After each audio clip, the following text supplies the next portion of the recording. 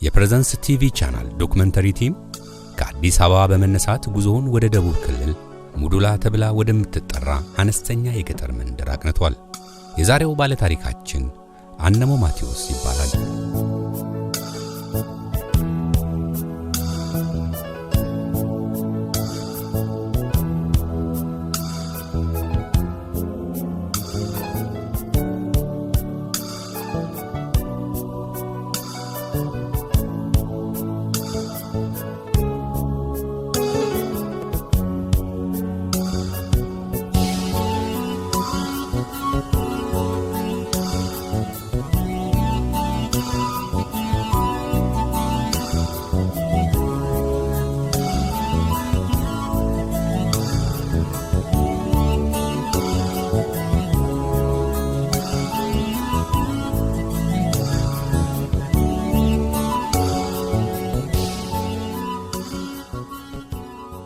ሰላም ተነስተልን የፕሬዘንስ ቲቪ ፕሮግራም ተከታታዮቻችን በጌታ ስም ሰላም እንላችኋለን።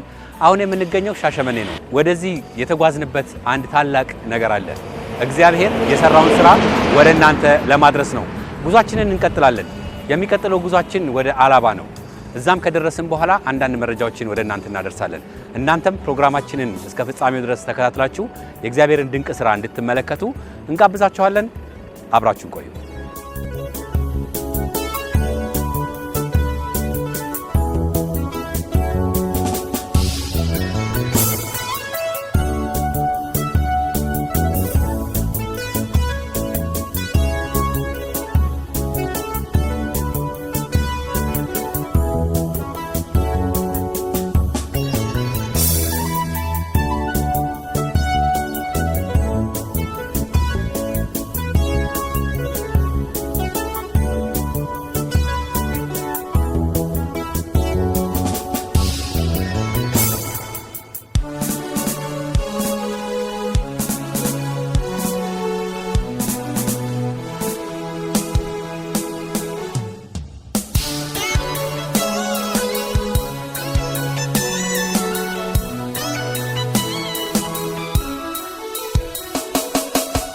ክቡራትና ክቡራን የተወደዳችሁ የፕሬዘንስ ቲቪ ቻናል ተከታታዮች ቆይታችሁን ከኛ ጋር ስላደረጋችሁ እጅግ ደስተኞች ነን። ቀደም ሲል እንደተከታተላችሁት ቅድም የነበርነው ሻሸመኔ ከተማ ላይ ነው። አሁን ደግሞ ከአዲስ አበባ 315 ኪሎ ሜትር ርቃ የምትገኘው ሀላባ ከተማ ላይ ነው ያለነው። ሀላባ እንግዲህ በበርበሬ ምርትና በበቆሎ ምርት ትታወቃለች። ጉዟችንን የምናደርገው ወደ ሙዱላ ከተማ ነው። በዛ ከተማ ላይ እግዚአብሔር የሰራውን ታላቅ ነገር ልናስቃኛችሁ ጉዞ ጀምረናል ማለት ነው። አብራችሁን እንድትቆዩ አሁንም እንጋብዛለን።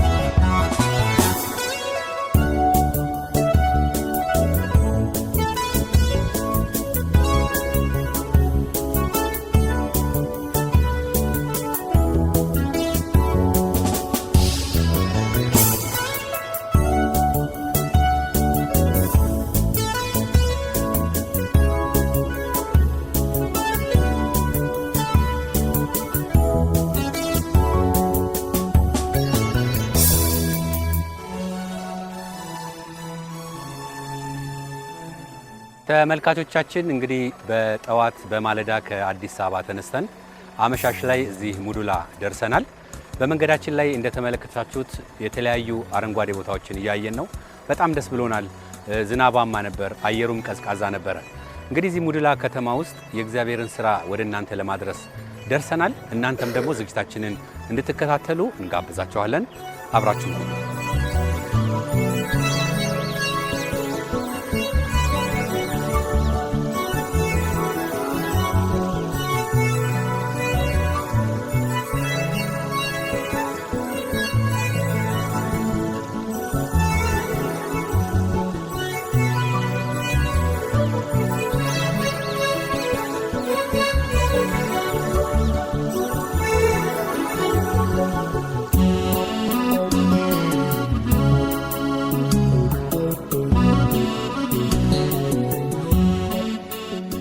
መጀመሪያ እዚች ጋር ነበረች አንጥቂ በዚህ አፍንጫው በኩል ልሙጥ የሆነች ትንሽ ነበረችው አሰራጭ ገላው በሙሉ በጣም ቆስሎ የሚታይበት የለም። ቤት ውስጥ የመጣ ሰው የሚቀመጥ ቦታ የለም። ሽታው የእግሩ እርግጫ ሳይቀር ከሊቶ ተነስቷል። በቃ ቤት እንደራሳ ማለት ነው።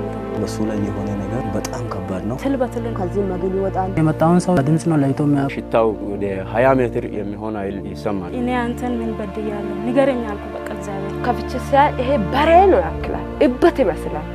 እንደዛ ይሁንና ወይ ብዬ ደነገጥኩ። ለካ ወደቅኩኝ። ዋሽንግተንም ምግብ ሽቱን በቤስታን የምንጠቀመው ሆስፒታል ያለው ሰው ሁሉ በቃ ሸሽቶ ወጣል። ሽታው በሚገባበት ጊዜ እስከ 3 ቀን ምግብ እንዳንበላ ያደርጋል። ገላው ላይ እንዳለ ተገለበጠ። በቃ ጎንዳን ጌታ ነገር ሁሉ ግራ ገባ።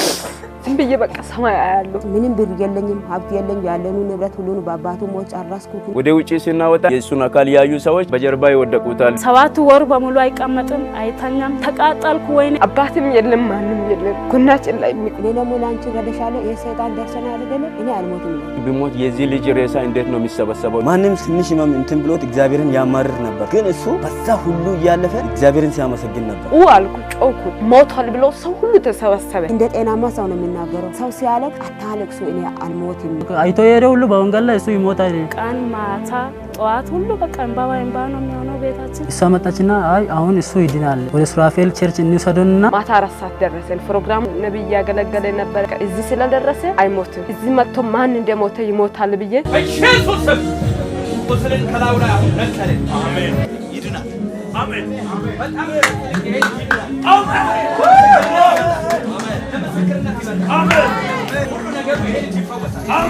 በሶስተኛ ቀን ቆዳው ይቀየራል። እንትን ለምስክርነት ይመጣል። አትሞትም። ይሄ ቆዳ አዲስ ቆዳ ሆኖ ይፈጠራል አለ። ምግብ ቤቱ ጋር ቁጭ አልኩና አንቺ አሁን እኮ በጣም በቁስሉ የሆነ ልጁ ቁጭ ብሏል አለችኝ። አይኑ አይቶ ቁጭ ብሏል አለችኝ። 20 ደቂቃ አልሞላም። ሱራፌል ጸልዮ ተነስቶ ብድግ ብሎ ቁጭ ሲል ነው የገረመኝ። ዋሳ ደወለው። አሁን ነብይ ሱራፌል አንጻለን አሉ። አይኑም እያየ ነው። በራሱም ቁጭ ብሎ ለለለለለ ብረኛ ደሳኞ ሲመጣ በራሱ ቀጥ ብሎ መጣ። መዳኑም ጀመረ። ሶስተኛ ቀን ከላዩ ላይ ያለው ቀፍቱ ምናምን እንዳለ ተረግፈው ከላዩ ላይ እየገፈፈ ከቤት እሱ የታጠበ ቆዳ የሚወጣው እጁ ላይ የደረቀውን እንዲህ በሶፍት ለአይን የማይቻለውን በሳፋ አውጥተን ጌታ ደርሶ እምባዬን አብሶ እግዚአብሔር ኃያል ነው፣ መቼም ብርቱ ነው። ከጌታ በስተቀር ለኛ ምንም የለም። መጀመሪያ ሁላችን ተስፋ የቆረጥነው ይኸው ለዚህ አብቅቶ አሁን ስራውንም እየሰራ ነው። ባየንበት ጊዜ ሁሉ እግዚአብሔርን እያመሰገነን ነው።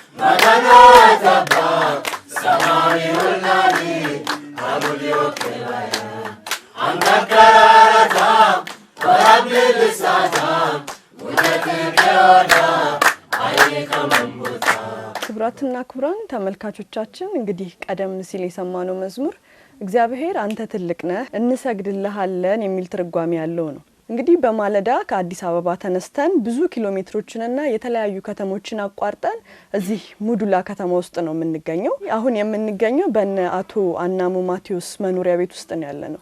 እግዚአብሔር ለዚህ ቤተሰብ ያደረገው እጅግ ታላቅ የሆነ ነገር አለ።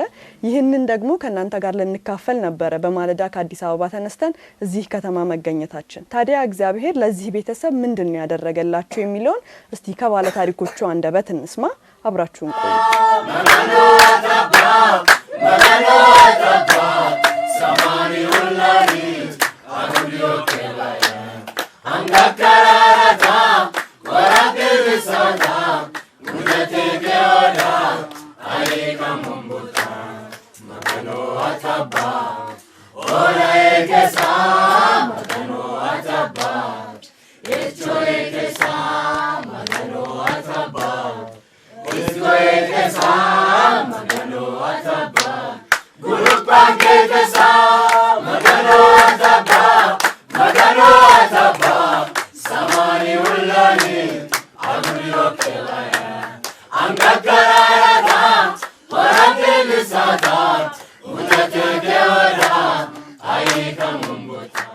አነሞ ማቴዎስ የተወለደውና ያደገው በዚህው አነስተኛ የገጠር መንደር ውስጥ ሲሆን ባለትዳርና የአንድ ልጅ አባት ነው። ቤተሰቡን የሚያስተዳድረውም በአካባቢው በሚገኘው የእንጨት ሥራ ድርጅት ውስጥ ተቀጥሮ በመስራት ነው። በሚያገኘውም አነስተኛ ገቢ ቤተሰቡን ያስተዳድራል። ኑሯቸው እንዲህ እያለ እየቀጠለ ሳለ አንድ ቀን በማለዳ አፍንጫው አካባቢ ያሳክከዋል። ከዚያም አነስተኛ ቁስል የምትመስል ትወጣለች። ብዙ ትኩረት አልሰጠውም። መደበኛ ሥራውን ቀጠለ። ሳምንት ባልሞላ ጊዜ ውስጥ ሙሉ ሰውነቱ በቁስል ተመታ። ባለቤቱና እናቱ ጎረቤቱ ሁሉ ተደናገጡ። ምን እንደሚያደርጉ ግራ ተጋቡ። በሁለተኛው ሳምንት ቁስሉ እየባሰ መጣ። ሁለት አይኑ ሙሉ በሙሉ ታወረ። ማየት ተሳነው። እኔ አበበች ራጎ እባላለሁ። ለኔ በኩር መጀመሪያ ልጄ ነው። ከዚያም አባቱ በሳው እጅ ነው መተው። ከዛ በስንት ችግር በስቃን አሳደኩት። ሲያሳድግ እግዚአብሔር ረድቶኝ በጎኔ ከሰማይና ምድርን የፈጠረ ተቸግረን ልጆቹን ያሳደኩት። እሱ ደግሞ ከኔ ጋራ ጎን ለጎን ሆኖ ሌሎች ልጆችን አሳድጎ ከዛ ደግሞ ሲያሳድግ ያው ወርክ ስራውን ጀመረ። ሲጀምር ሲቀጥል ደግሞ 2008 ጥቅምት 12 ትዳር መሰረተ። መጀመሪያ ደህና ጤናማ ልጅ ነው። ትንሽ በዚህ አፍንጫው በኩል ልሙጥ የሆነች ወጣች። ያቺ ደግሞ የሀገራችን በላን የሚች ነው ብለን በሚች ምናምን ስናጥብ ያ ልሙጣ ተለጥፋ ጀመረች። ከዛ ደግሞ በጀርባው እንዲሁም ጀመረ ደግሞ ውሃ አዝሎ ነው። ውሃው ደግሞ ይፈሳል፣ ሌላው ይቀጥላል። ሲቀጥል ተጨነቅኩት። ደግሞ ልጆችንም ቤቱንም ጥዬ ከሱ ጋር እሷ ደግሞ ያን ጊዜ አራስ ናት። ተቸገረን። በየቀኑ ደግሞ ቤት ውስጥ የመጣ ሰው የሚቀመጥ ቦታ የለም። ሽታው ኢጣንና ዳው ሰንደል ስናጭስ ሽታው ደግሞ በራቁ በጀርባ ተኝቶ እንዲሁ በስብሶ ራሱ ይሄ አንድ የሆነ ቶታሊ ያይ ነው ራሱ። ከዛ ደግሞ ከዚህ መግል ይወጣል፣ ከዚህም ደግሞ ትል ይወጣል። ተጨነቅኩት። የማሙ መጀመሪያ አንድ እዚች ጋር ነበረች፣ አንድ ጥቅንትን ምትመስል እዚህ ጋር ነበረች። ከዛ እዚች ጋር ትንሽ የነበረችው አሰራጭታ ገላ በሙሉ በቃ እንዳለ አብጦ በቃ ቤት እንደረሳ መልክ ነው የሚተኛ ማለት ነው። አልጋ ላይ እንደ በጎን ተማላልሶ አይተኛም። እንደ በረሳ መልክ ነው ተኝቶ ሳለ ሽንቱን በመኝታ ላይ ነው የሚሸነው። መብልን በመኝታ ላይ ነው የሚበላው። መጠጥን በመኝታ ላይ እየጠጣ ያለ በጣም ጨለማ ውስጥ ነበረ። ታሞ ተኝቷል ነው ሲባል አረ ምን ይሆናል አይታመም በኢየሱስ ስም ይላል። ሁሌ ይደወላል። አረ በኢየሱስ ስም እነዚህ ቻይናሎቹን እያየው እነዚህ እግዚአብሔር ያነሱ ሰዎች እያለ እሱ ለምን ይታመማል ይላል። እዛ ሆኜ እያልኩ በቃ ሁሌ ይደወላል። እራትን ልንበላ ስንል ሲደወል ወይኔ ሞቷል እንደ ጌታ ሆይ ብዬ ደግሞ አልሞተም እያሉ ቁስሉ እንደዚህ መቁሰሉን አላወኩም። እኔ መጀመሪያ እንደዚህ መሆኑንም አላወኩም፣ አልነገሩኝም። ተስፋ አንዳንዴ ቆርጣለሁ፣ ግን ተስፋ አንዳንዴ እየቆረጥ አንዳንዴ ጌታው አንተ ተባረክ፣ ለምን እንደምታስቀጣ አንተ ታውቃለህ፣ አንተ ተባረክ ይላል። አንዳንዴ ቆርጣለሁ፣ አንዳንዴ ደግሞ ጌታው አንተ ተባረክ፣ ጌታው ተባረክ ይላል። በቃ ከዛ ቀን ማታ ጠዋት ሁሉ በቃ እንባ ነው የሚሆነው ቤታችን። አንድ ቀን ደስታ የለም። አንድ ቀን በቃ እንዲ ፍሬውን እናናቅም። በቃ አንድ ቀን ፍሬውን እናናቅም። አንድ ቀን ተጫውተን እናናቅም። በቃ እንባ ነው። ሬሳ ነው የሚመስለው። እሱ አይኑ አያይም። እንደዚህ በራሱ ችሎ አይቀመጥም። በቃ 7 ወር በሙሉ አይቀመጥም፣ አይተኛም። በቃ እንደዚህ እያቃጠለኝ ተቃጠልኩ ወይኔ ተቃጠልኩ ያለ እንዳለ ያድራል። እንቅልፍ የለም ምን የለም። በቃ እንዳለ እያለቀሰ ነው የሚያድረው። እሱ በጣም ታሞ ነበር። እሱ ሲታመም እኔ እንትን አስታማሚው ነበርኩኝ። ከዛ በጣም ታመመ። በቃ በጣም ቆስሎ እንትን የሚታይበት የለም። በጣም ታሟል። ከዛ የእጁም እንትን መዳፍ ሳይቀር ነው እንትን የተነሳው። እርግጫው የእግሩ እርግጫ ሳይቀር ተልጦ ተነስቷል። ከዛ የሚያዝበት የሚያይበት የለም። አይኑ ራሱ ታውሯል። በቃ አይኑ እንዳለ የሚያይ እሱ አይ በቃ ሰው ነው የሚያዩ። ሰውን የመጣውን ሰው በድምጽ ነው ለይቶ የሚያውቀው። በቃ ማን ነው የመጣው ሰው ሲጠራው እሱ እከሌ ብሎ በድምጽ ነው ለይቶ የሚያውቀው። ማንም በአይን አያይም። እኛ አንዴ በአንድ ቦታ ነው የምናድረው። ክላስ አለ እንጂ በአንድ ሰርቪስ ላይ ነው የምናድረው። እያደረን እያለን ብዙ ነው የታመመው። ጎረቤት ነን። ክፍል ይለያል እንጂ አንድ ቤት ነን ያለነው። ያን ጊዜ በጣም ታልቷል። የግማቱ ሽታው በጣም ወደ 20 ሜትር የሚሆን አይል ይሰማል ከቤት ወጥቶ። የዛኛ በቃ ተጨንቀናል። እኛም እንደገና ከሱ ጋር መጀመሪያ አብረን እየበለን አብረን እያደረን አብረን አሳልፈናል። ከዛም በኋላ እሱ በጣም ታሟል። ከታመማ በኋላ እንደገና ከዛ ቤት መውጣትም ለኛ ከብዷል። እንደገና ምንሆንበት አቅጣጫ ሁሉ ጠፍቷል። ባለፈው ባይናችን ያየነው በአንድ ላይ የሆነ ነው፣ በአንድ ላይ የዋለ ነው። አነሞ እንደዚህ ሲሆን እንደገና እኔ አነሞን ትቼ እንዴት ይሻሻለሁ እያልኩ በቃ በየጊዜ እየገባን በምንገባበት ጊዜ ሽታ በሚገባበት ጊዜ እስከ 3 ቀን ምግብ እንዳንበላ ያደርጋል፣ ያፍነናል። እንደገና የገባ ሰው በጣም ይቸገራል። ትንሽ ደቂቃ ቁጭ ካለን ጸልያን እንወጣለን። ትንሽ ጊዜ ነው የምናየው። እንደገና አካሉ ሁሉ በቃ እንደ አዛባ ነው የሆነው። ከላዩ ላይ እንደገና በየጧቱ የሚከለከለው ነገር በጣም ከባድ ነው። እንደዚህ መታመሙ መላወኩም ሁሉንም ሰላም አልኩና እሱን ከፍቼ ሲያ ይሄ በሬ ነው ያክላል፣ እበት ይመስላል። እንደዛ የሆነ ወይ ብዬ ደነገጥኩ። በጣም ደነገጥኩና ለካ ወደቅኩና ተነሳውና እኔ እዚህ ቤት አልቀመጥም ብዬ ወጣው። ሐኪም ቤት ይዛ ጤና ጣቢያ ወጣውና ብቻ ለወንድሜ ብላችሁ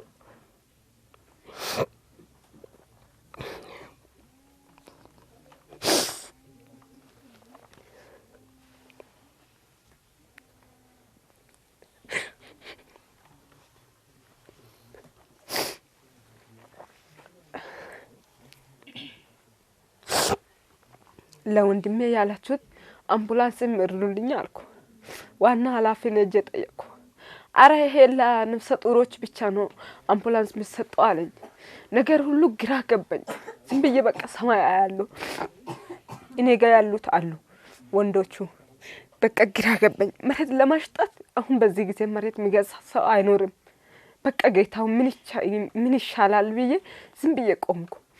ከኔ ደግሞ በማን ላግዝ? ምንም ብር የለኝም፣ ሀብት የለኝ። ያለኑ ንብረት ሁሉን በአባቱ ሞት ጨረስኩትና ተቻው ምን አባቴ ምን ጌታዬ ምን ልታደርጉ ነው ብለ አንዳንድ ጊዜ ሰው አንቺ ምን ልትሆን ይሄን ልጅ ዝም ብሎ ይሞታል ጌታ ስትል ሰው ይለኛል። ከጌታ በስተቀር ምን አለኝ?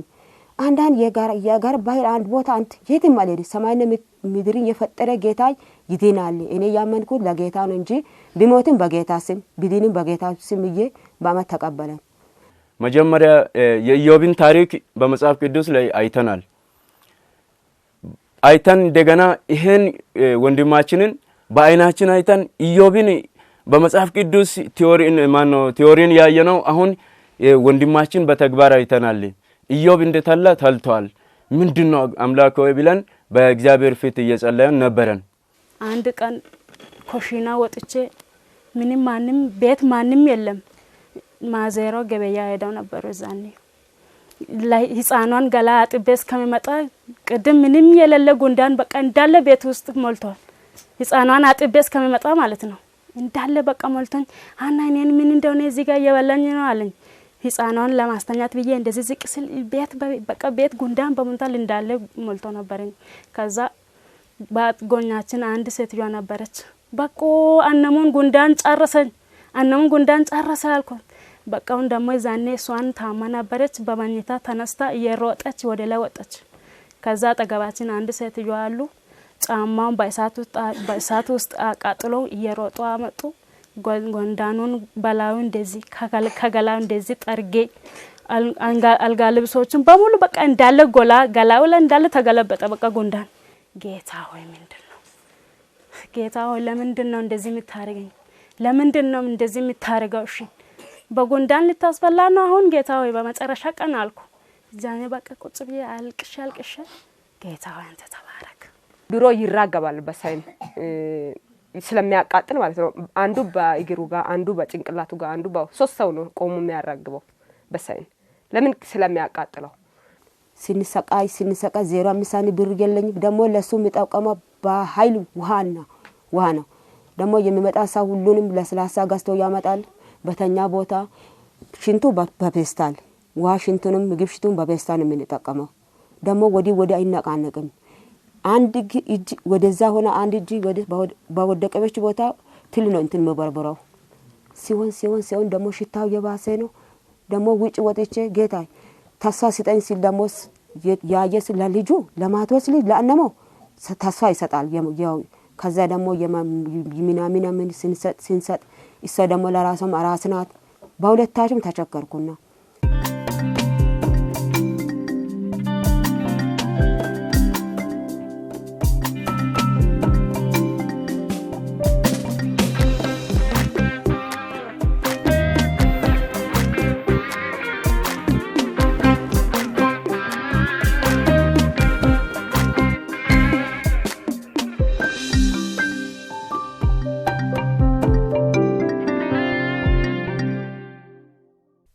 ከዓይኑና ከጭንቅላቱ የሚወጡት ትሎች፣ ከብብቱ የሚወጣው መግልና መጥፎ ጠረን ያዘለ ፈሳሽ ከቤቱ አልፎ መንገድ አላፊና አግዳሚው በቤቱ አጠገብ መሄድ እስከማይችሉ ድረስ በመጥፎ ጠረን ተሞላ። እግዚአብሔር ይማርህ ብለው የሚጠይቁት የጎረቤት ሰዎች አፍንጫቸውን ይዘው ለደቂቃ ቆም ብለው በሐዘንና በለቅሶ ከቤት ይወጣሉ። አነሞ ከራስ ጸጉሩ እስከ እግር ጥፍሩ በቁስል ተመታ። ቤተሰቡ ተስፋ ቆረጠ። ይድናል የሚል አንድም ሰው አልነበረም። ከዚህ በኋላ ቤተሰቡንና ጎረቤቱን ያሳሰበው ነገር አነሞን እንዴት አድርገን መቅበር እንችላለን? ምኑን ይዘንስ ሬሳ ሳጥን ውስጥ እንከተዋለን? የሚል ጭንቀት በውስጣቸው ነበር። ምክንያቱ ደግሞ የትኛውንም የሰውነት ክፍሉን መያዝ አይቻልምና ነው። በዛሽ ጋፕ ውስጥ እሱ እንዶ ይሞታል ብለን ነው ተስፋ የቆረጠ ነው። ይሄ ልጅ በአጋጣሚ ቢሞት ሬሳው እንዴት አድርገን ነው የምንሰበስበው? የመጡ ሰዎችስ እንዴት አድርጎ ነው ሬሳውን የሚሰበስበው? ሬሳ የሚያዝበት አቅጣጫ የለም። እሱ በቃ ሙሉ በሙሉ ትል ነው፣ እንደ አዛባ ነው በቃ አካሉ ሁሉ በቃ። ከዛም በኋላ ይሄ ልጅ እንዴት አድርገን ነው አሁን ቢሞት፣ በአጋጣሚ ቢሞት የዚህ ልጅ ሬሳ እንዴት ነው የሚሰበሰበው? እንዴት ነው የሚቀበረው? በቃ ገላው በሙሉ ትል በትል ነው። ከዚህ ካይኑ አንድ ቀን እንደዚህ እንዳለ በቃ ወጣ ካይኑ ማለት ነው ትል። ሃና ነኝ እዚህ ጋር ምን እንደሆነ አይነን እየበላኝ ነው አለኝ። ከዛ ሮጬ ስመጣ እንደዚህ በቃ በጣም ሞልቷል። በኢየሱስ ስም አልኩና ምንድነው አለኝ። አረ ምንም የለም ብዬ ለቀምኩ። ከዛ አንቺ ምንድነው ንገሪኝ፣ ትል ነው ወይ አለኝ። አይ አይደለም ሞልቷል እንዴ አለኝ። አልሞላም አንድ ነው አልኩ። ግን በጣም ነው ማአት ነው ለቀምኩት። ግን ለሷ አልነግርም ብዬ አንድ ብቻ ናት አልኩ። አያዝም ብሎኝ ነው አንድ ነኝ ብዬ በቃ ጌታ ሆይ ምንድነው? ለምንድነው ያረካኝ?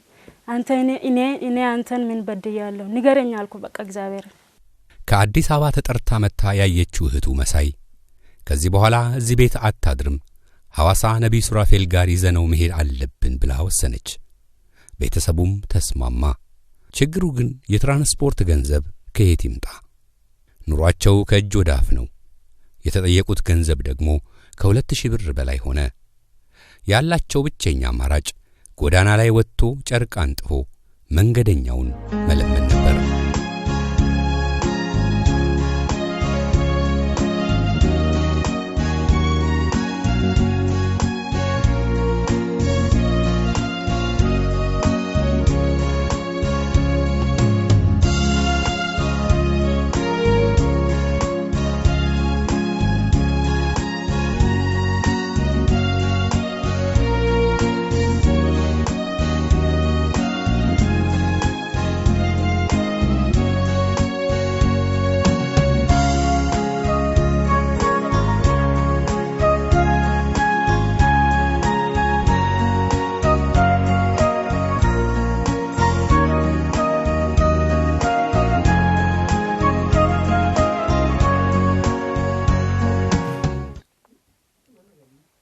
እኔ አሁን መኪና ቢያገኝ 40 ሺህም አይበቃም።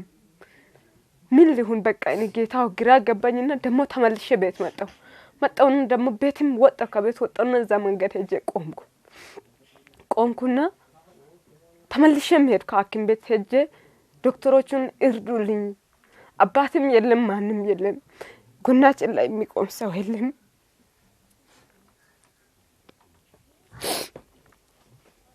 ከዛ እንደዚህ አልኩና ተመልሼ መጥቼ ወጣሁ። ከቤት ወጣሁና በቃ እዛ ላይ ቆምኩና አልኩ፣ ጮኩና ሰው እሱ ያው እንደዚህ ሆኖ የወደቀ ሰው እኔ እሱንም በደንብ መላየውም በቃ እንደዛ ይሆንና ደነገጥኩ። በዛ ደንጋጤ ቤትም ተመልሼ አልገባሁም። ከዛ ሲጮህ ሰው እሱ ሞቷል ብሎ ሰው ሁሉ ሲሰበሰብ ጉርዴን እንደዚህ ያዝኩና ለአነሙ ብላችሁ 5 ብር አዋጡልኝ አልኩ። ከዛ ሰው ሁሉም ብር ሰበሰበ። 3800 ተሰበሰበ። 3800 ተሰብስቦ ሃይሱስ መኪና መጣ። ሃይሱስ መኪና በዚህ በኩል የጋዝ ባርሜሎች አለ። የአሸዋ መኪና ማለት ነው፣ የድንጋይ መኪና ነው እሱ ለተወጥፎ ከዚህ እኔ አዲስ አበባ እንደገባው ነው እዚህ ጋር 8 ሰዓት የገባሁት እስከ 11 ድረስ ብሩን አጠራቀምኩና 11 ተኩል ወደ አዋሳ በመኪና ላይ ለማድረግ እንትን ሽርጥ አንዱን ሽርጥ በእግር አንዱን ሽርጥ በወገብ ላይ አንዱን ሽርጥ በዚህ በጀርባ ላይ ያድርገን ነው። አካሉን ለመያዝ በጣም ከበደን። ሲከብድ እንደገና በዛ 6 ሰዎች ነው የያዘነው። ከዛ ይዘን ወደ ውጪ ያወጣን። ወደ ውጪ ሲናወጣ እንደገና አንዳንድ ሰዎች እንደዚህ የሱን አካል ያዩ ሰዎች በጀርባ ይወደቁታሉ፣ የቆሰሉትም ሰዎች አሉ። ነብይ ሱራፌል ጋር ለመውሰድ ገንዘብ የለንም ነበር። ይሄቷ ከአዲስ አበባ መጣችና በቃ ይሄቷ ከአዲስ አበባ መጣ። ደነቅታ እንዳለ በመሬት ላይ ወደቀች፣ ህፃኑን እንደያዘች ማለት ነው። ወድቃ በቃ እኔ ምን ቤት ይቀመጣለሁ ብላ ወጣች እያለቀሰች። ላነሙ እያላችሁ ብር ለቀመች። በጉርዳው እንትን እንደዚህ አድርጋ ለብስ ጉርድ ለቅማ ኢየሱስ ተፈለገ። በቃ ዛን ቀን እሷን ከአዲስ አበባ እንደመጣች ብር ለቅማ ወደ ነብይ ሱራፌል እንወስዳለን እዚህ ቤት አያድርም ብላ በቃ እሷ እያለቀሰች ብር ለቅማ ወደ ነብይ ሱራፌል በቃ እንትን ጋዝ ነበረ እሱ ኢየሱስ ጋዝ ጭኖ ነበረ። ጋዙ በዚህ በኩል ያለ እሱን በዚህ በኩል በአሸባ ላይ ጭነን በቃ ተወሰደ። ሌላ መኪኖች እምቢ ያሉ እምቢ ስላሉን ኢየሱስን ተፈለገ። ነብይ ሱራፌል ሲጸልዩ አሁን ማንም እየቆማጣም ይቡሩንም ማንም እየዳነው ነው ወደ ሰው ይወሳ ባል ወሰጂያ እኔ ከጌታ ባስተቀር ማንም የለም እሱ ይድናል ብዬ በእምነት ተቀበልኩና እሷ በጎን ሆና ለአነሞ ያላችሁ ብርስ የሆነ ደግሞ ያሉ እኔ ደግሞ ከዛኛው ወደ ከተማ ዞር ብዬ ተሰበሰበ ነው 3000 ወደ 800 ብር በአንድ ቀን ሰበሰበን። ከዛ ደግሞ መኪና ሲነል አይኮ ለ5000 ብርም አይሄድም ብሎ አንባለው። ጌታ ደግሞ ለኛ ረዶ የጋዝ መኪና መጣና ተጭኖ ጌታ ካንተ ቀድሞ ጌታ ይውድ ብሎ ሰዎች አለና ሄደን ሲሄድም ዲኖ እንደመጣ ተደሰተን።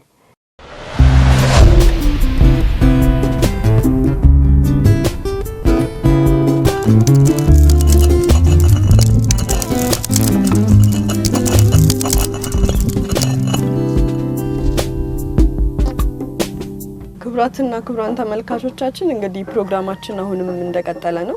አሁን የምንገኘው አነሙ ከመታመሙ በፊት ይሰራበት የነበረ እንጨት ቤት ውስጥ ነው ያለነው። እንግዲህ እንደተመለከታችሁት አነሙ በጣም ከባድ በሚባል በሽታ ውስጥ አልፏል። እሱ ብቻ አይደለም፣ ቤተሰቡም ደግሞ በዚህ በሽታ ምክንያት ትልቅ የሆነ ውጣ ወረድ ውስጥ ነው ያለፉት። ነገር ግን ደግሞ አሁን እግዚአብሔር ፈውሶት ቤተሰቡንም ደግሞ ጌታ አረፍት ሰጥቷቸው ለምስክርነት አቁሟቸዋል። እንግዲህ ቀደም ሲል እንደተከታተልነው ቤቲ እስከዛሬ እኔም በህይወት ያላየሁት የህመም አይነት ነው ማለት እችላለሁ። ያ በመጽሐፍ ላይ ካነበብነው ውጭ ማለት ነውና በጣም ብዙ ተቸግረዋል። ወደ 7 ወር ማለት ቀላል አይደለም። ትልቅ ዋጋ ከፍለዋል ቤተሰቡ፣ በተለይ ባለቤቱ ትልቅ ዋጋ መክፈል ነው። ወደ መጽሐፍ ቅዱስ እንዳስብ ነው ያደረገኝ የኢዮብን ታሪክ። እነሱም በተደጋጋሚ ያስተውታል። የኢዮብን ህይወት ስንመለከት ኢዮብ ጻድቅና እግዚአብሔርን የሚፈራ ሰው ነው። ታዲያ ለምንድን ነው የደረሰበት የሚል ጥያቄ ነው የሚመጣው። እግዚአብሔር ክብሩን ሊገልጽ ፈልጎ ነው። ኢዮብ ከራሱ አልፎ ለልጆቹ ያስባል። ምናልባት እነዚህ ልጆች እግዚአብሔርን በድለው ይሆን ወይ ብሎ መስዋዕት ያቀርብ ነበር። ኢዮብ በእግዚአብሔር ፊት ምንም ነገር ያደረገው ነገር የለም ቃሉ እንደሚለው።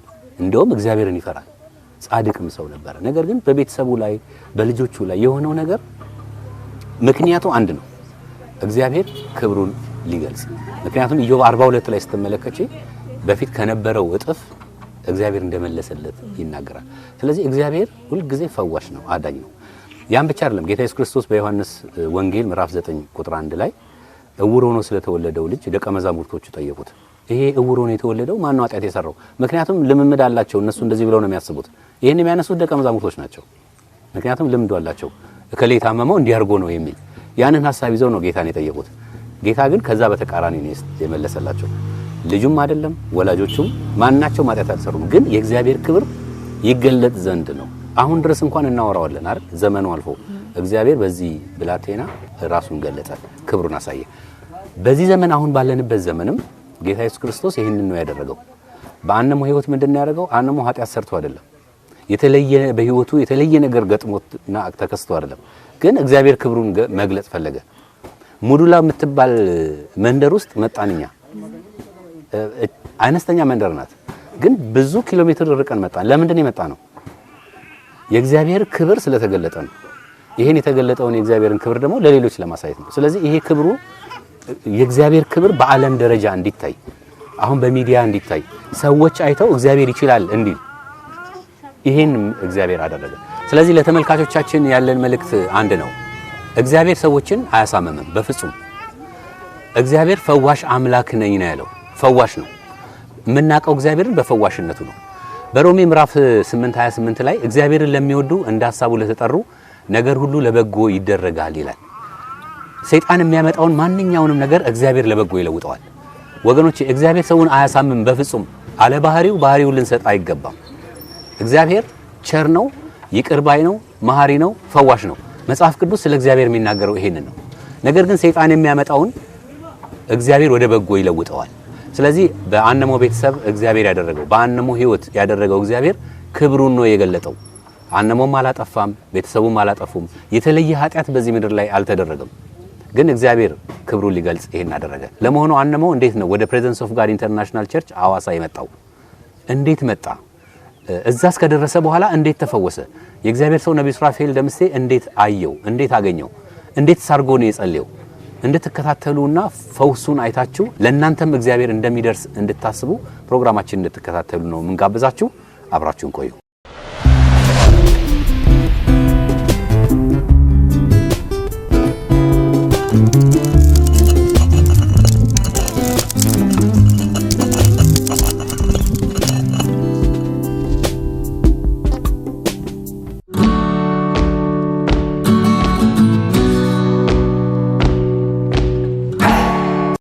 በተሰበሰበው ገንዘብም በአይሱዙ ከኋላ እንደ ዕቃ ተጭኖ ወደ ሐዋሳ ፕሬዘንስ ኦፍ ጋድ ኢንተርናሽናል ቸርች ደረሰ።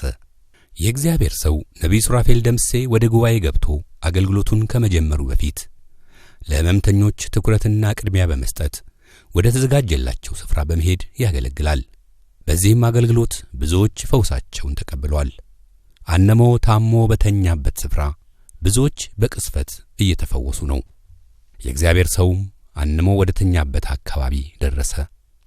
ሁኔታውን ማመን አልቻለም። በመገረምም በመደንገጥም ተመለከተው። ከዚያም ይህ ሰው አይሞትም፣ ተፈውሶ ለምስክርነት ይመጣል ብሎ ቃል አውጥቶ ጸለየለት። አሜን። በጣም ተጽልኝ ይሄ ልጅ ይድናል። ለምስክርነት ይመጣል። አሜን። ሁሉ ነገር ይሄ ልጅ ይፈወሳል። አሜን።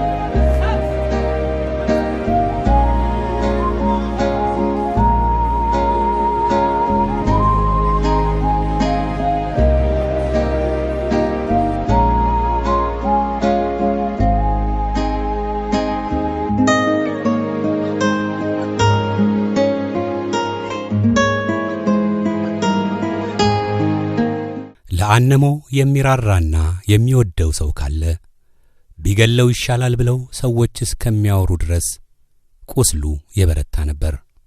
የእግዚአብሔር ሰው ነቢይ ሱራፌል ደምሴ በወቅቱ የነበረውን መጥፎ ጠረን መቋቋም ቢያቅተውም በማይመችም ሁኔታ ውስጥ እንኳን ቢሆን ለሕመምተኞች መጸለይ፣ ያዘኑትን ማጽናናት፣ የወደቁትን ማንሳት አገልግሎቱ የሚጠይቀው ኃላፊነትና ግዴታ በመሆኑ የጸለየው የ5 ደቂቃ ጸሎትና በአነሞ ሕይወት ውስጥ ያለው አልሞትም በሕይወት እኖራለሁ የሚለው እምነት ተገናኝቶ ከተጸለየለት ከ20 ደቂቃ በኋላ አነሞ ተነስቶ ቁጭ አለ።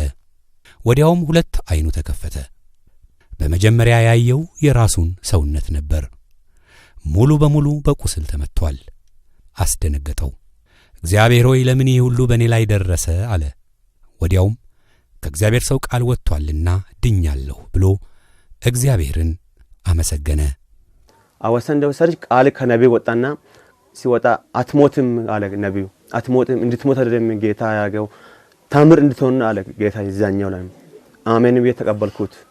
መጀመሪያ አይኔ አያይም፣ ወደዚህም ተመልሼ አላይም፣ ወደዚህ ተመልሼ ቀና ብዬም ተቀመጬም አላይም። መኝታ ላይ ነው ምግብ የምበላው፣ መኝታ ላይ ውሃ የሚጠጣው፣ መኝታ ላይ ሽንት የምሸናው። እሱ ነቢይ እንደጸለየው ሱራፌል እንደጸለየው አይኔም አየና ቀና ብዬ ተቀመጬ ዞር ብዬ ሲያይ ሰው አየሁ። ሰው በጌታ ስም ጌታ ሆይ ለምንድን ነው እንደዚህ ያደረከው? ከጌታ ጋር ተናደድኩት። ጌታ እኮ ቃል አወጣ እንጂ ለምንድን ነው የሚጨነቀው ብዬ በራሴም አይምሮ ተጨናነኩ። እንዲሆኝ ቃል እንኳን ወጣ ብዬ በቃ ጌታ ከቃል ስለወጣ የትም ውሰዱ በቃ ቃል ስለወጣ መጀመሪያ ተስፋ ቆርጦኛል። ተስፋ አትቆርጡ፣ ነቢይ ቃል ስለወጣ እንዲሞት አይደለም ቃል ያወጣው እንዲድን ነው እንጂ ሄጀል ምስክርነት ነው የሚሰጠው ብዬ የመጣሰው ለማንም ነው የምነግረው። ጌታ ይድናኛል ብዬ እየነገር ለዚያ ወቅቶን እናንተም ለክብሩ ወደዚያ መጥቶን እያስቀረጣችሁ ክብር ለእግዚአብሔር ይገባሃል። እሱ ደግሞ እንደ ጤናማ ሰው ነው የሚናገረው። ሰው ሲያለቅስ አታለቅሱ እኔ አልሞትም። የዘመኑ ልጆች ለዘመኑ ትምህርት ነው። መጀመሪያ በአመተ አመል ዓለም በኢዮብ ተፈረደ። በአመተ ምሕረት ጌታ ለኔ ፍርድ ነው፣ እኔ አልሞትም፣ ቆሜ ለጌታ ለምስክር ነው የሚቆመው ማለት ሰው። አሁን ይሄ ልድነው እኔ ይድናል አትጨን፣ ለጌታ አልቅሱ እንጂ ለኔ አይደለም ይላል። ከዛ ማታ ተጸልዮ ይሁድ ቀን ነው አዋሳ ሄደው፣ ሰኞ ቀን ጠዋት መጣ እዚህ ገባ። ከዛ ከነቢይ ሱራፌል ቃል ወጣ፣ እኔ አልሞትም እኔ እድናለሁ ያለ የመጣ ሰው ሁሉ በኢየሱስ ስም የመጣ ሰው ሁሉ በኢየሱስ ስም ብሎ ያልቅሳል። እኔን በኢየሱስ ስም አትበሉኝ ይላል እሱ። እኔ ፈወሳለሁ አልሞትም፣ ከነቢይ ሱራፌል ቃል ወጥቷል፣ ለምስክርነት እሄዳለሁ እድናለሁ አልሞትም ይላል እሱ። እዛኔ በቃ ተስፋ አይቆርጥም። እንዲህ ሆነ ያለ በቃ ይኸው ጌታ ለክብሩ አቆሟል። በሰው መሃል መቼ ነው የሚቀመጠው? ጌታ ሆይ መቼ ነው በራሱ ጊዜ በራሱ እጅ ምግብ የሚበላው? እያለን እያለቀስን እያለን በቃ ይኸው ጌታ እግዚአብሔር አድኖ ክብር ለሱ ይሁን እላለሁ። እዛ አሳ ወስርና ነቢይ ሱራፌል ጻለ በቃ መጥቶ እሱን አይቶ በቃ ሱራፌል ራሱ ደነገጠው። ከዛ ነቢይ ሱራፌል ይሄ ልጅ አይሞትም በቃ በኢየሱስ ክርስቶስ ይሄ ምንድነው? ይሄን ይዛችሁ መጣችኋል። አሁን ይሄ ልጅ በቃ ዲኖ ካሁን በኋላ ቆዳው በሶስተኛው ቀን ይለወጣልና እሱ ይድናል፣ ለምስክርነት ወደ እኔ ይመጣል ብሎ ለሱ በቃ ቃል ሰጠለት። ነቢይ መጀመሪያ ተናግሮኛል። በሶስተኛ በስድስተኛ ቀን በአምስተኛ ቀን ቆዳው ይደርቃል፣ ትፈወሳለህ፣ ለምስክርነት ይመጣል አለኝ። አሜን ቤት ተቀበልኩና ወደ ቤት አመጡን። እንዲሆና አመጣኛ። በሁለተኛ ቀን ሻወር አስገቡኝ። አስገብታ እንዲሆነ በቃ ከላይ ያለው ትንሽ ያለው ቅርፊቱ አረገፈ። እንዲሆነ ቀስ ያለ መድረቅ ጀመረ። ክብር ለእግዚአብሔር ይስጥ እንጂ እንዲሆነ በቃ መዳን ቀስ ያለ ቆስሎ እየደረቀ መድረቁ እንደዛ ነው። ወደ አሁኑ በቃ ቃል ስለተጸለየ ደስ ብሎኝ ምግብም አልበላውም። እኔ ቁርስ እራትም ባልቼ ልምጣ ብዬ እራት ቦታ ሄዳለሁ። እነርሱ ወንዶቹ እሱ ጋር እያለ ማለት ነው። እኔ እዛ ሄድኩና ምግብ ቤቱ ጋር ቁጭ አልኩና ሴትዮዋ የሆነ መጣች ምግብ ቤቱ ጋር። አንቺ አሁን እኮ በጣም በቁስሉ የሆነ ልጁ ቁጭ ብለዋል አለችኝ። አይኑ አይቶ ቁጭ ብለዋል አለችኝ። 20 ደቂቃ አልሞላም ከተጸለየ ማለት ነው። እኔ እዛ አልኩና በቃ ወደኩ መሬት ላይ ከወንበር አለቀስኩና ዝም ብዬ ሄድኩ። ማየትም ስለሚፈራ ሄድኩና ሩቅ ሆኜ አንቺ ወንሽ ነው ቃል የነገረች እኔም አላወቀችኝም። እሷ ለምግብ ቤት ልጅቷ እያዩ ነበረ። ሁሉም ሰው በቃ እሱን ቃል ምን ይላል ለዚህ ቅል ምን ይወጣል ብሎ ሰው ሁሉ እያየ ነው። ይሄ ልጅ እኮ ቁጭ ብሎ አይቷል አለችን ስትል እኔን አላየችኝም። በቃ ደነገጥኩና ሲወድቅ ነው እኔን ምንድነው ወንድሜ ነው እኮ አልኳት። ስለ እንዴ ወንድም ልጅ ነው እንዴ ትልቅ ሰው አይደለም አላ ልጅ ነው አልኩኝ። ከዛ ሄድኩኝ። ሲሄድ እሱ ይዘምራል አሜን ይላል። እንዴ ጌታው ይሄ እውነት ነው እንዴ? በሩቆኜ ነው እሱ ማለት ስለፈራው ነው ፈራውና እንደዚህ እኔ ጌታው እውነት ነው እንዴ አሜን ይላል። ድምጹ ነው እንደው ተለይቶ የበሽተኞች መሃል ላይ የሱ ድምጽ ተለይቶ አሜን እያለ ነው።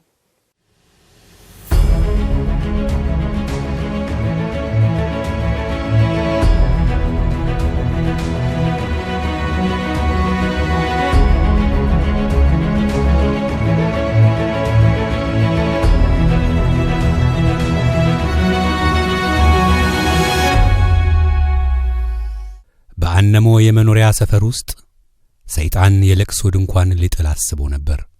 እግዚአብሔር ግን ቀደመውና በምስጋና ድንኳን ለወጠው። ዛሬ ላይ በአነሞ ቤተሰብና በጎረቤቱ ሁሉ እግዚአብሔር ይመሰገናል።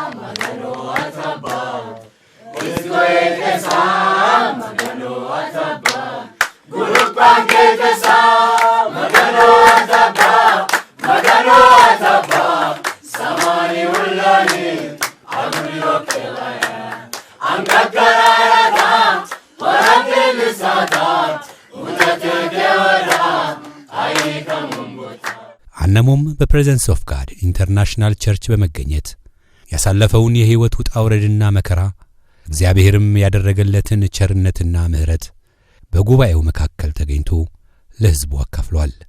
ሕዝቡም በመገረም በመደሰት በሐዘንና በተደበላለቀ ስሜት ያደምጥና ይመለከት ነበር።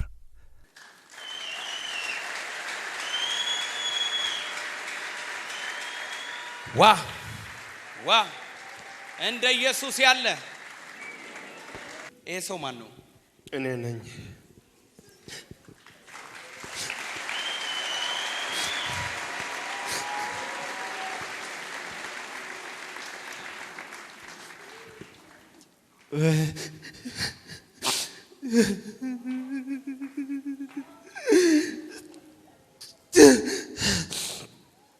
አመሰግናለሁ። ምንም ማለት ጌታዬ ክብር ሰጣለሁ። አሁንም ምንም ማለት ነው። በቃ ከልቤ አመሰግናለሁ። ውለታ ያልረሳም ጌታ ሆይ ተባረክ። ነብይ ጸልየም አላፈረም። አባ እኔን ለዚህ ያበቃው እኔ እንደዚህ ከዚህ ለመወጣ ሳይሆን ጌታ ሆይ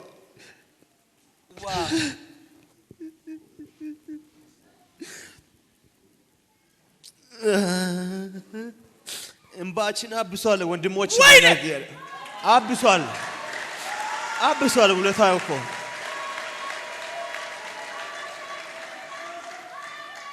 ድሮ ዘመን ኖይ ሰጥቷል። እኛማ ዘመን ነቢይ ሰጥቷል። ተፈውሰናል።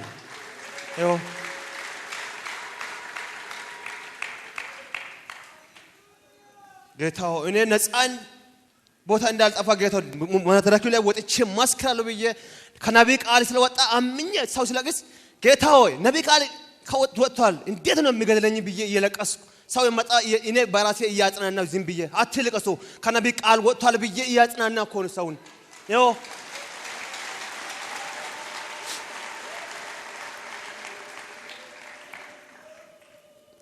ተሽሎኛል ብዬ ትናሽ መራመድ ጀመርኩና ቴሌቪዥን ሲያይ ሰው ቤት ሄጄ ነው የሚያየው። ቴሌቪዥን የለኝም ጌታ ይስጠኛል ብዬ አምናለሁ። ሲሄድ ቴሌቪዥን ነቢይ ሲያይ ወይ እኔ አባቴ ብዬ ሄጄ ነው የሚሳመው። ቴሌቪዥን ላይ ሄጄ ነው የሚሳመው። እውነት ጌታ ምስክሬ ነው። ለዚህ አበቅቶኝ እኮ ጌታ ለእኛ ሰጥቷል እንጂ ለራሱ ሳይሆን ለእኛ ሰጥቷል። ለዘመናችን እሱ ይባረክ። አሁንም ጌታ ዘመኑ ይባረክ። እውነት እኔ እንደዛ መቆም ሳይሆን እኮ ጉድጓድ ውስጥ ገብቼ ከሆነ ቢሞት ሬሳ የሚያዝ ቦታ ምንም የለኝም። ጌታ ምስክሬ ከሆነ እውነት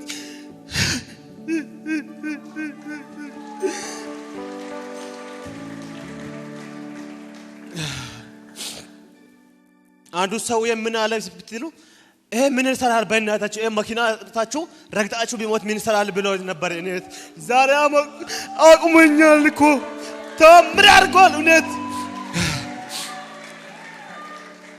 ሚስቴ አለች ሚስቴ ወለደችው በ15 ቀን እንደዚህ ታመምኩት። አንዷ በጎረተ መጣ አለ እንደ እስከሞት አልሞተም ምን አለች። አንቺ ምን አድርጓል ብላ ሚስቴ አረ እንደዛ አትባይ ለኔም ያምራል ይሁን ያ ግማቱ ተጠጣ ለምን ተጠጣለሽ ብላ ውጭ አትወጣም አለች ሚስቴ። ለምን ወጣለ ብላች ገፍታ ነው ጣለች ሚስቱ አንዱ ወደ ውጭ አንዱ ማዘር ማለች ማዘርን አንቺ ይሄንን ብር ለምን ተለቅማለሽ ለምን ብላ ብር የለኝም ይዛነ ታክምናም የለም ይሄ ምን የለም ወደዚህ ለመጣ ትራንስፖርት ብር የለም አተን ጌታ ምን ሊሆን ለዚህ አበቅታል ለምን መጀመሪያ ፈጠርክ ብዬ ጸለኩት። ጌታ ስሙ ይባረክ። አሁንም እኔ እንደዛ መቆም ሳይሆን ጉልበቴም እኮ ምንም የለኝም። አሁን ጌታ ሰጥቶኝ አሁን መራመድ ጀመርኩት። በቃ ደስተኛ ነኝ በጣም ነብይ ጌታ ይባርክ ባለው ነው ጌታ ይባርከው ነው። እንባችን አብሷል ጌታ ለቅሷችን በደስታ ለውጧል። በሰው ዘንድ ጃም የሚያቻል በእግዚአብሔር ዘንድ መቼም ይቻላል። እውነት ይቻላል። አሁንም እኮ ሃሌሉያ በሰው ዘንድ ማይማቻ ተስፋ የቆረጠ ቦታ በእግዚአብሔር ዘንድ ይቻላል። ነብይ ቃል ገብቷል። ቃል ስለወጣኝ ታምሜ ወጥቼ ተፈውሼ ይሁን መሰክራለሁ ጌታ ፊት ምስክረት መጥቻለሁ። ሰው ለምን ትሄዳለህ? ኧረ ለምን አይደለም። ከየት ነው የመጣው? እኔ ከደቡብ ሙዱላ። ሙሉ ለሙሉ ሰውነት ቁስል ነበር። ምንም አይኔ ፎቶ ምስክር ነው እኮ አይኔ ምንም አያየም። እዚህ መጥቼ አይኔ እኮ ወደዚህ እንደመጣ ጸልዮልኝ ተፈወስ አለ። አይኔ አይ ማየት ጀመርኩት። ወደዚህ ሲያይ ህዝብ በሙሉ ግብኔ ላይ ተመልሷል። ሲያይ ይሄ ከየት እንደመጣ ብዬ ሲያስብ አረ ወደ ነብይ ሱራፌል ጋር መጥተናል አለ ልጁ አማቻ አለና ሲያይ አማቻ እዚህ ነው መጣና በቃ ተፈውሻለሁ ብያለሁ። ዛኔ አሜን ብዬ ተቀበልኩና አሜን ሞልቻለሁ። አሁን እናንተ ቃል ሲገባ አሁን አሜን በአሜን ወሰደች ጥርጣሬ አታስገባው። አሁንም እውነት እሺ፣ በጣም ጥሩ ብዙ መናገር ይቻላል። ሙዱላ ነው ሀገር? ሙዱላ። አንተ ሰፈር ምን ይባላል? የሰፈር ስም 03 ነው የሚባለው ሙዱላ። እኔ በጀመረ ከገጠር ሶሳ የሚባል ነው። ይሄን ቁስል እንደዚህ ቁስል ሆነ የነበርከው ሰፈር የት ነው? 03 ሙዱላ ከተማ ነው። 03 ሙዱላ ሙዱላ ከተማ ሙዱላ ከተማ። እንደዚህ ሰው ሁሉ ያውቃል። ምንም መጋረጃ እንትን ምን መጀመሪያ ተባያይ እንትን መጋ ምንድነው አጎበር የሚባል ተጨምሮ ነው አይለበስ ልብስ ምንም አላውቅም። ሰው ያውቃል እንደዛ መሆነን ያ ያለ የሚያባ ሁሉ ይለቅሳል። የከተማው ሰው ያውቃል። ሁሉም በሙሉ ያውቃል። ሁሉም ሰው ያውቃል። የት ሙዱላ በሙሉ። እግዚአብሔር ቢፈቅድ በቅርብ ጊዜ ሙዱላ ሄጄ አገለግላለሁ። አሜን አሜን አሜን። አንተ እንደዚህ ሆነ የሚያውቁ ሰፈር አሜን እዛው ገበያው እዛው መጥቼ ጸልያለሁ። ላንተ የተለቀሰበት ቦታ ላንተ ይመሰገናል። አሜን። ኢየሱስ ተባረክ ተባረክ ተባረክ ተባረክ አባባ ተባረክ። እጄን እንደዚህ ዘርግቼ ፊት ለፊት እሱን እያየሁ እኔ መጸለይ አልቻልኩም። እንደዚህ ነው የጸለይኩለት። እንደዚህ ብዬ ነው የጸለይኩት። ማየት እንኳን አልቻልኩም። ካሜራማኖች እንዴት እንደቀረጹት አላውቅም። እርግጠኛ ነኝ ካሜራውን ወደሱ አድርገው ፊታቸው እንዳዞሩ ሰውነታችሁ ነው የሚንቀጠቀጠው ስታዩት ገና። እግዚአብሔር ግን በኃይሉ በዙፋኑ ላይ በክብር ተቀምጧል።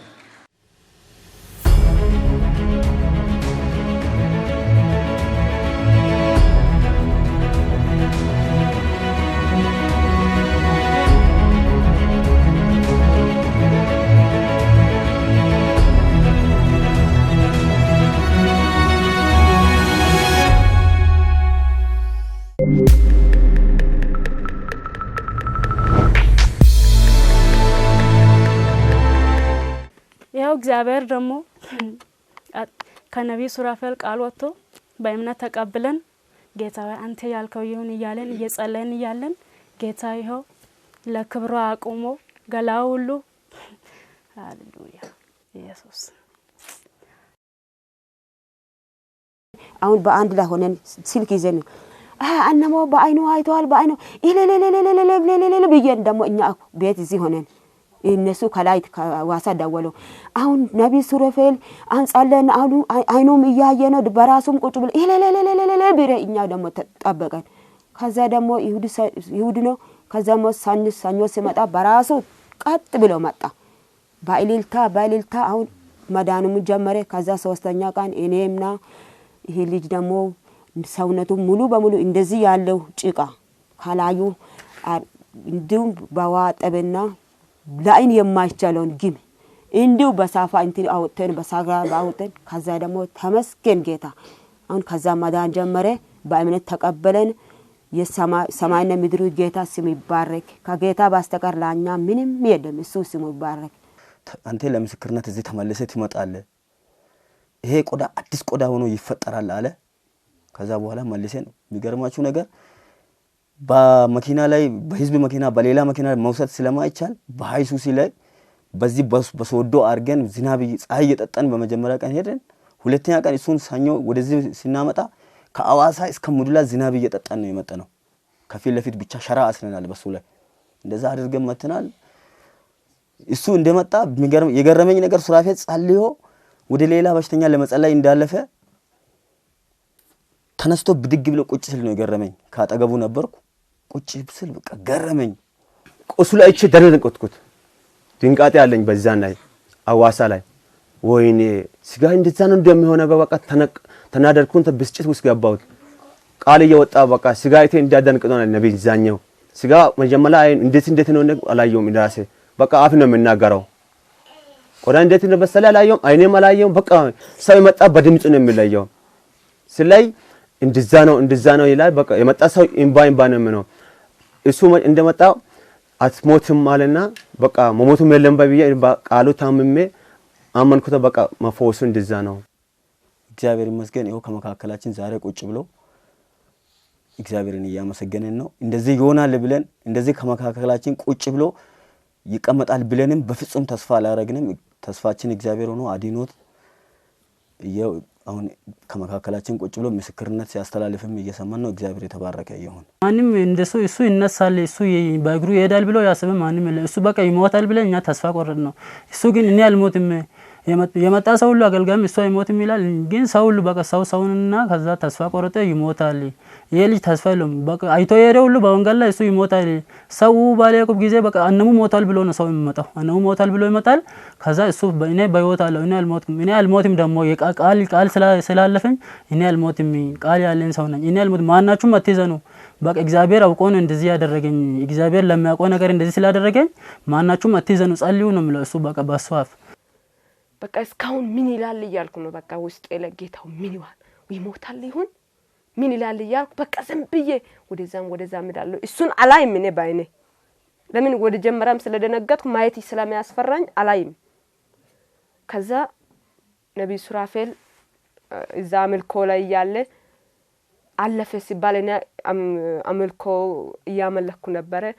ከዛ ሱራፌል አለፈ በሽተኞች ልጸልይ ስትል የሆነ ሴት እንደዛ ስትል ሮጥኩና ሄድኩኝ።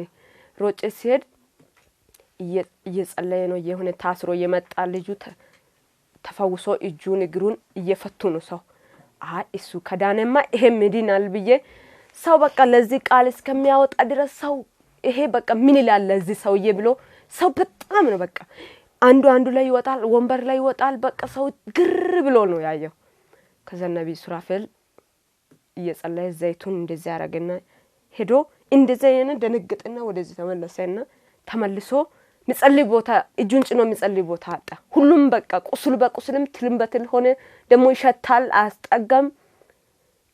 እዛን ሰዓት በኢየሱስ ስም ብሎ አንተ በሶስተኛ ቀን ቆዳው ይቀየራል፣ አዲስ ቆዳ ይመጣል፣ ትፈወሳለህ አለና ጸለየ።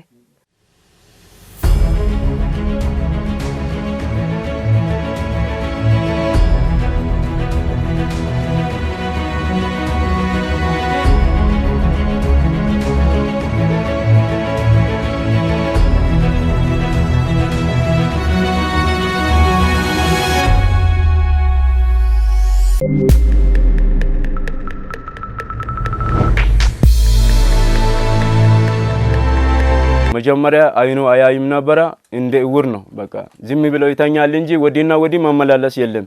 በጀርባ ነው የተኛው። 7 ወር እስኪደርስ ድረስ በጀርባ ነው የተኛው። በጎን አይተኛም። እንደዚህ የሆነ እየተቸገረ ከዛም በኋላ የእግዚአብሔር እጅ ደርሶ አሁን ጤነኛ ሆኖ ወደ ቤተ ክርስቲያንም ወደ ቤትም ሲመላለስ አሁን ባየንበት ጊዜ ሁሉ እግዚአብሔርን እያመሰገነን ነው ያለነው። እግዚአብሔር ስለረዳ እያመሰገነን ነው ያለነው። ከነቢይ ሱራፌል ቃል ወጥቶ እዛ እንደገባ ከነቢይ ሱራፌል ቃል ወጥቶ ራሱ ችሎ ተቀመጠ። እዛን ቀን እዚህ 7 ወር ሙሉ አይቀመጥም። በቃ አይኑ እንዲህ ተከፍቶ አያይም። እዛን ቀን ከነቢይ ሱራፌል ቃል ወጣ፣ በራሱ ተቀመጠ። በራሱ አይን አይቶ ገላውን እንዲህ ሲያይ በቃ ገላ አይመስልም።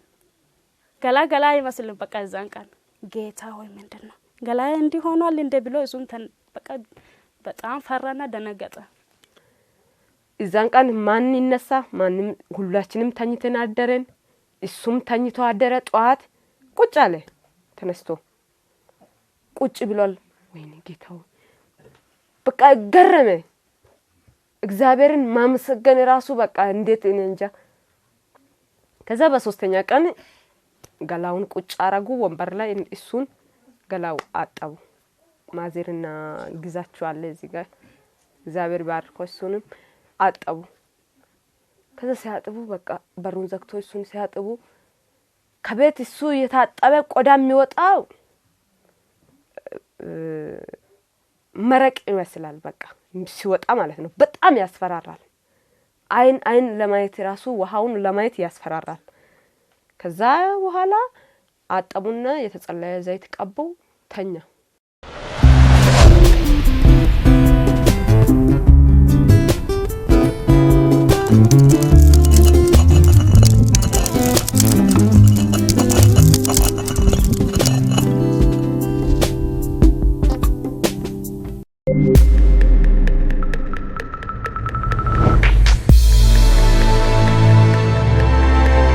እግዚአብሔር የሰው እንባ ላይ ዝም ብሎ አያልፍም። ደግሞ ውስጡ ስለማይችል ነው። እኛ እንባ ላይ ዝም ብሎ ውስጡ አይችልም። ስለዚህ እግዚአብሔር ይደርሳል ወገኖቼ። መቼም አይተውም። የኛ መከራ ላይ ዝም ብሎ አያይም ጌታ። የኛ ለቅሶ የኛ ቤት ለቅሶ ሰይጣን ዱንካን የለቅሶ ዱንካን አቆማለሁ ሲል እግዚአብሔር ደግሞ የምስጋና ዱንካን አቆመኛ ቤት። እንደዚህ አብረን እንኖራለን ብለንም አላሰብኩም። ግን እግዚአብሔር አስቦ መጀመሪያ አቅዷል። እኛ ስጋ ለባሶች ነን። እግዚአብሔር ከትል መጽሐፍ ቅዱስ ላይ ስለ ኢዮብ ታሪክ እኛ ባይን በርግጥ አላየንም።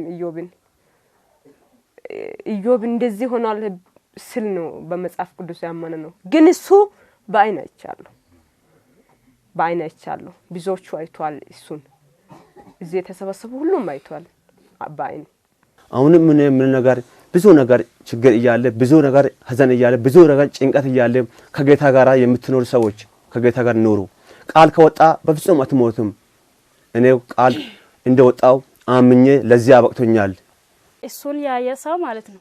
እሱ ያየ ሰው አሁን ታምሞ ካለ ወደ ነቢይ ሱራፌል ሄዶ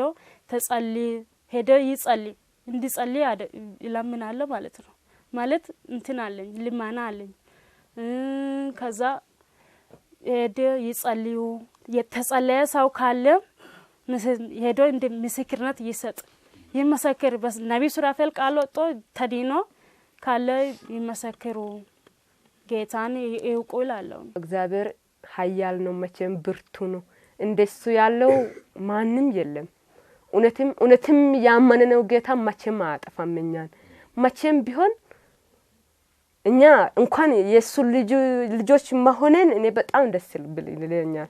በጣም የሱ ልጅ መሆነ ምንም ነገር ሁሉ ግራ ቢገባም የሱ ልጅ መሆነ በጣም ደስ ይለኛል። ነቢይ ሱራፌልን እግዚአብሔር ይባረክ። ሁሉ የሰራው ነገር ሁሉ እሱም የጸለየው አላፈረም። ጸሎቱን እግዚአብሔር ሰምቶ በቅላ ወጣ። ነፃም ቦታ አልጠፋም። ጌታ ስሙ ይባረክ። ነቢዩም እግዚአብሔር ለኢትዮጵያ ለኛ ሰጥቷል። ድሮ ጊዜ ኖህ ሰጣ። አሁን ለኛ እሱ ሱራፌል ነቢይ ሰጥቷል። እግዚአብሔር ስሙ ይባረክ። አሁን እሱ ያዘ ሁሉ ነገር የተባረከ ይሁን። አገልግሎት የተባረከ ይሁን። እኔ የሚሰጠው ነገር ምንም የለም፣ ምስጋና ብቻ ነው የሚሰጠው። የሰማይና ምድርን ቃል እግዚአብሔር አሳልፎ ይስጠው። ከዛ ደግሞ ለዓለም መድኃኒት ይሁን። ለዓለም ለመድኃኒት ተፈልጎ እየተጣጣ ወደ አንተ መጥቶ አሁን የሞተ ሬሳ ባንተ እጅ ይፈወስ። ከዛ ደግሞ የተቀበረው ባንተ አማካይነት ይነቃል። አንተ የደረስከው ቦታ ያለፍከው ቦታ ለዓለም ሽታ ይሁን። አንተና ቤተሰብ ሁሉ በእግዚአብሔር ስም የተባረከ ይሁን። አንተ አይኔ ቀርቶ ጀርባይን አይቶ ሰው ሁሉ የሚፈውስ ስጦታ ይኑር። በዓለም ድንቁና ምሁር ሰው ሁን። በጣም ብዙ ነገር ነው ያስተማረን። አንደኛ ከልጁ የተማርኩት ብዙ ነገር አለ። ከልጁ የተማርኩት ማንም ሰው እንኳን ትንሽ ህመም እንትን ብሎት እግዚአብሔርን ያማርር ነበር ሰው፣ ግን እሱ በዛ ሁሉ እያለፈ እግዚአብሔርን ሲያመሰግን ነበር። ከልጁ የገረመኝ ይሄ ነው። ሱራፌልን ደግሞ በበኩሌ ነብይ ሱራፌልን በጣም አመሰግነዋለሁ። ቤቴ ላይ ሁሌም የሱ ቻናል ነው የሚከፈተው። እሱን እያየው እጄን በስክሪን እየጫንኩ እየሳምኩ ነው። ነብይ ሱራፌልን እግዚአብሔር ይባርከው። ዓለም ሁሉ በሱ እየተገዛ ይሁን። እግዚአብሔር ይባርከው። ትዳሩ ይባረክ፣ ኑሮ ይባረክ፣ ዘመኑ ይባረክ እላለሁ። እናንተንም እግዚአብሔር ይባርካችሁ። እስከዚህ ለፍታችሁ እስከ ሙዱላ ከተማ እስከ ጣምባሮ ወረዳ መታችሁ የልጁን ሁኔታ ያያችሁ ስለሆነ እግዚአብሔር እናንተንም ይባርካችሁ እላለሁ። እግዚአብሔርን እኔ በጣም ነው የሚያመሰግነው። ምስጋና ነግሬም አልጨርስም። ሁሌ ነው የሚያመሰግነው። ክብር ለእግዚአብሔር ይገባሃል። ተናግሬም አልጨርስም የኔ ነገር። እሱ መጀመሪያም ያቀኛል። ከሱ ከይበት ያነሳኝ እሱም ያቀኛል። ከጭቃ ያነሳኝ እግዚአብሔር ያቀኛል። እያውቀ ነው እኔን ያውቀው ለዚህ ያበቃው። እግዚአብሔር ክብር ይገባል። ምስጋና ሁሌ ይሰጣለሁ ለእግዚአብሔር። ለእግዚአብሔር ከልቤ የሆነ ምስጋና ይሰጣለሁ። ቀንና ማታ ለሱ ይንበረከካለሁ። በቃ ቀንና ማታ ይንበረከካለሁ። እንባዬን ያበሰ ከጎኔ ማን አለኝ ጌታ ሆይ ለኔ ማን አለኝ? ለምንድን ነው እንደዚህ የምታደርገው ብዬ ሲያልቅስ ጌታ ደርሶ እንባዬን አብሶ በቃ ስለዚህ ጌታን በጣም አመሰግናለሁ እላለሁ።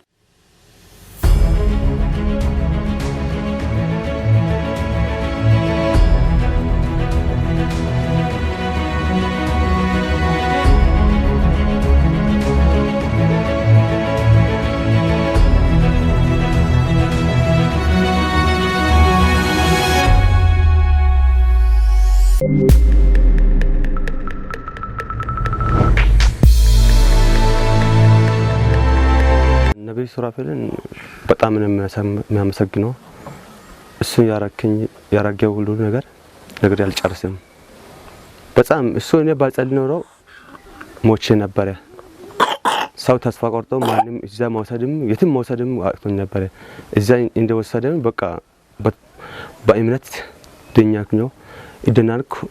እናንተም ወደዚህ ክፍለ ሀገር ቆርጣችሁ ወደዚህ መጣችሁ ክፍለ ሀገራችን። እሱም ጌታ ይባርከው እላለሁ። ቤተሰቦችን ይባረከ ይሁን። ሁሉ ነገር የሰራ ነገር ሁሉ በቃ በጸጋ ሁሉ ነገር የተባረከ ይሁን። እናንተንም ጌታ ይባርካችሁ።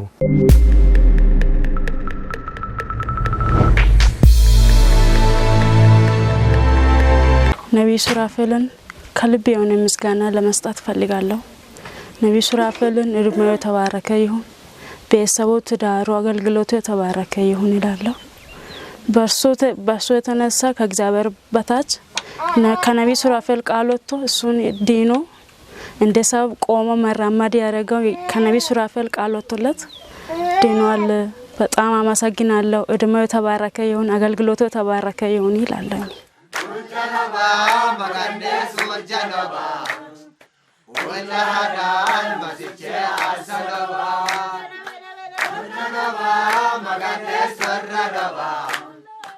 ولادان مسجى السنبا ولادان مقدس وجنبا ولادان مسجى السنبا ورنبا مقدس ورنبا ولادان مسجى السنبا وجنبا مقدس وجنبا ولادان مسجى السنبا Kingalata, Kingalata, Kingalata, Yesusa, Kingalata, Eda ma Kingalata, Ankelu wamo Kingalata, Eda ma Kingalata, Ankelu wamo Kingalata, Kingalata, Kingalata, Kingalata, Yesusa, Kingalata.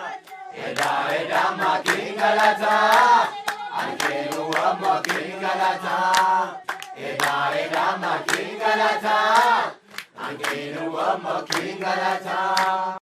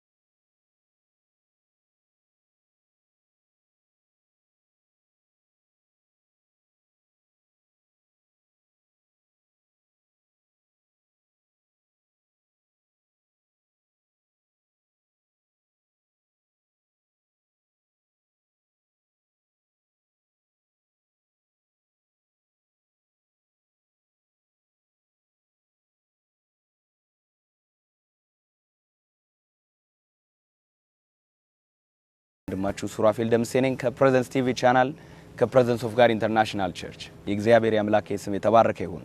ዛሬ እንግዲህ በዚህ ስፍራ ላይ ከወንድሜ አነሙ ማቴዎስ ጋር አብሬ በዚህ እገኛለሁ።